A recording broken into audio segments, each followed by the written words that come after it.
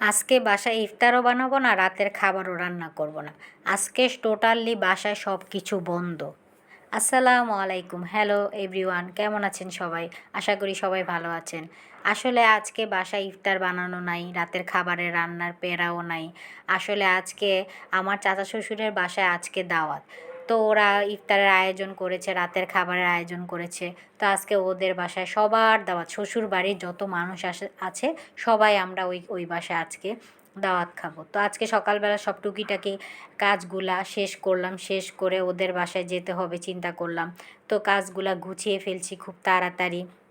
গুছিয়ে ফেলে এখন চলে যাব আমার চাচা শ্বশুরের বাসায়। চাচা শ্বশুরের বাসায় গিয়ে দেখি আমার দেবররা এত কাজের, ওরা সব কিছু গুছিয়ে ফেলেছে।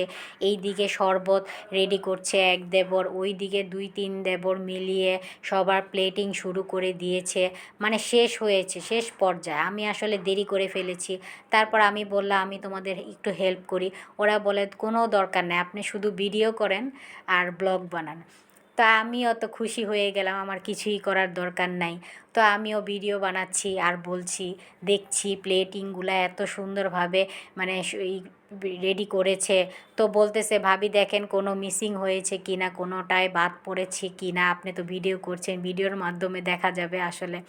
তো আমি বললাম না না, আসলে কোনোটাই মিসিং হয় নাই, সব কিছু পারফেক্টলি ওরা করছে। মানে ওরা এত কাজের কি আর বলবো। আমার এক দেবর তো এত ভালো রান্না করে, এত মজা করে বিরিয়ানি, পোলাও সব কিছুই ও রান্না করতে পারে। ওর হাতের রান্না খেলে আসলেই অনেক মজা। আজকে ও বিরিয়ানি রান্না করেছে।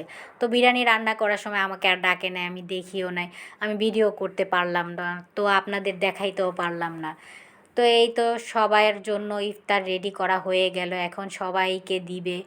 সবাই একসাথে হলে আসলে খুব ভালো লাগে। এই ইফতারের আয়োজনে সবাই একসাথে হলে গল্প গুজব আড্ডায় আসলে অনেক ভালো লাগে। সবাই একসাথে হলে আর কি যা হয়, বাচ্চা কাচ্চা সবার বাচ্চারা একসাথে খেলতেছে, মারামারি করতেছে।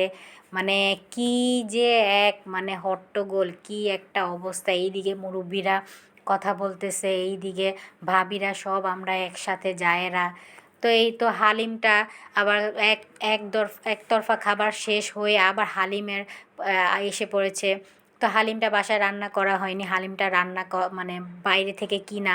তো সবাই খাচ্ছে, খেয়ে দিয়ে সবাই এশার নামাজ পড়তে যাবে, তারাবি পড়ে এসে তারপর আরেক দফা খাবার শুরু হবে বিরিয়ানি। আমার বিরিয়ানি রান্না করেছে আমার আরেক দেবর। ওই যে বললাম যে আমার দেবরটা এত ভালো রান্না করে, আসলেই খুব ভালো ছিল। ধন্য